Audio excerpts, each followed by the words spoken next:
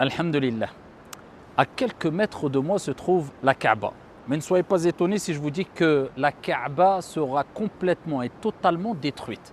Et ça fait partie des signes de la fin des temps. C'est qui nous l'a dit? As-Sadiqul Masduq. Alladhi la yantiqu anil hawa. Muhammad alayhi afdalus salati wa askat taslim. Mais qui va détruire la Kaaba? Et pour quelle raison? Avant cela, permettez-moi de vous donner des informations afin de découvrir ou redécouvrir des éléments essentiels et importants à connaître par toutes et tous.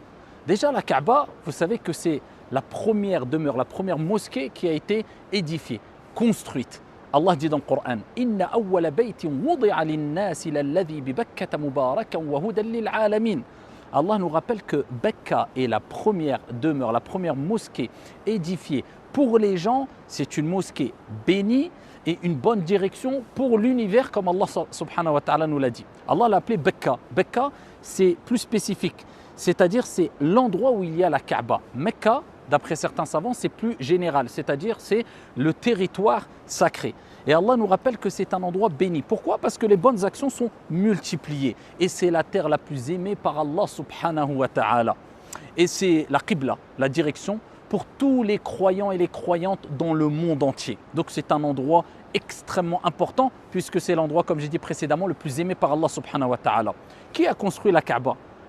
Quelle est la personne, la première personne, si c'est une personne qui a construit la Kaaba?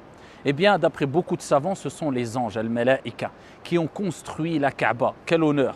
Et ensuite, au fil des années, elle fut détruite par des intempéries et différents événements, ce qui a fait que Ibrahim alayhi salam a été amené à reconstruire, si on veut, la Kaaba à partir bien sûr des premières assises. Et Ibrahim alayhi salam, comme vous le savez, a reconstruit la Kaaba alors qu'il était avec son fils Ismaïl. Et à un moment, quand il a eu besoin de l'aide de Ismaïl, il l'a appelé, il lui a demandé une pierre afin de se mettre dessus la pierre et de continuer la reconstruction de la Kaaba. Et quand il est monté sur cette pierre-là, ses pieds se sont enfoncés et depuis nous avons les traces d'Ibrahim alayhi salam, d'où Maqam Ibrahim. Ce qu'on retrouve, vous savez, les sortes de petits dômes dorés juste à côté de la Kaaba, où on retrouve les traces de Ibrahim alayhi salam lorsqu'il s'est appuyé ou lorsque cette pierre s'est affaissée, quand il a pris support sur cette pierre-là.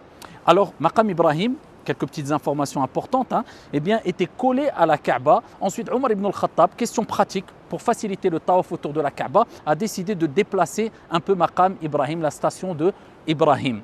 Donc, Ibrahim alayhi salam a reconstruit eh bien, la Kaaba. Ensuite, les années sont passées et elle fut dégradée plusieurs fois, la Kaaba, jusqu'à ce que, projetons-nous directement à l'époque des Quraysh, dans l'époque pré-islamique, dans le Jahiliya. Il faut savoir qu'ils faisaient tawaf autour de la Kaaba, mais ils étaient rentrés ou tombés dans l'idolâtrie. Ala kulli hal, ils donnaient beaucoup d'importance à la Kaaba. Et quand elle fut encore une fois par différentes intempéries autres dégradée, en partie détruite, ils ont décidé de la reconstruire. Mais ils cherchaient l'argent le plus propre qu'il y avait. Ils mettaient de côté l'argent de l'usure, l'argent ambigu, l'argent... Donc ils cherchaient l'argent le plus propre pour la reconstruire. Ils l'ont reconstruite, mais ils n'avaient pas assez d'argent pour la reconstruire complètement. C'est pour cela qu'ils ont ils ont fait une sorte de pause dans la reconstruction et pour cela, ils ont simplement construit un petit muret. Vous voyez, c'est le petit muret qui est accolé à la Kaaba qu'on appelle al-Hijr. Et sachez que quand on est dedans à l'intérieur de l'Hijr, c'est comme si on était à l'intérieur de la Kaaba parce que cela, normalement, fait partie de la construction de la Kaaba. Mais ils n'avaient pas assez de biens pour reconstruire complètement la Kaaba. Et depuis, la Kaaba est restée comme cela. Alors, quand on parle de la Kaaba, il est important aussi de parler de la pierre noire. Et la pierre noire, c'est une pierre du paradis qui était aussi blanche que le lait. Elle était blanche, mais de par la cause des péchés des enfants d'Adam, elle est devenue noire, ce qui nous rappelle que les péchés noircissent. Ils ont noirci la pierre noire, une pierre du paradis, que dire de nos cœurs? C'est pour ça que le prophète sallallahu alayhi wa sallam nous a rappelé que lorsque l'enfant d'Adam, le croyant, fait un péché, eh bien il y a une tache noire qui s'inscrit dans son cœur. S'il se repent et demande pardon, ce péché, eh bien, ou plutôt ce point noir, eh bien, s'efface. Si par contre il persiste, eh bien, le point noir ne cesse de s'accumuler ou de grandir jusqu'à recouvrir la totalité de son cœur, wal'iyadhu billah, et jusqu'à voiler son cœur, peut-être même sceller son cœur, qu'Allah subhanahu wa ta'ala nous en préserve. Et cette pierre, eh bien, elle est dans un angle de la Kaaba, il est bon de la toucher. Et pour toute personne qui l'a touchée, abshirou, réjouissez-vous. Le prophète sallallahu alayhi wa sallam nous a dit qu'au jour de la résurrection, elle aura deux yeux pour voir et une langue pour parler ou pour témoigner plutôt envers toute personne qui l'aura touchée sans causer de préjudice clair ou de mal. Donc elle témoignera au jour de la résurrection. Maintenant, que dire sur les mérites quand on tourne autour de la Kaaba? Le tawaf, on fait 7 tours autour de la Kaaba. Et ensuite, on fait 2 rak'at derrière Maqam Ibrahim. Eh bien, cela suffit de rappeler le hadith où le prophète nous a dit que toute personne qui fait un tawaf autour de la Kaaba aura la récompense de celui qui a affranchi un esclave. Imaginez-vous un esclave qui est esclave tout simplement, ça suffit de dire cela, et qui souhaite qu'on l'affranchisse, qui retrouve sa complète liberté. Et c'était un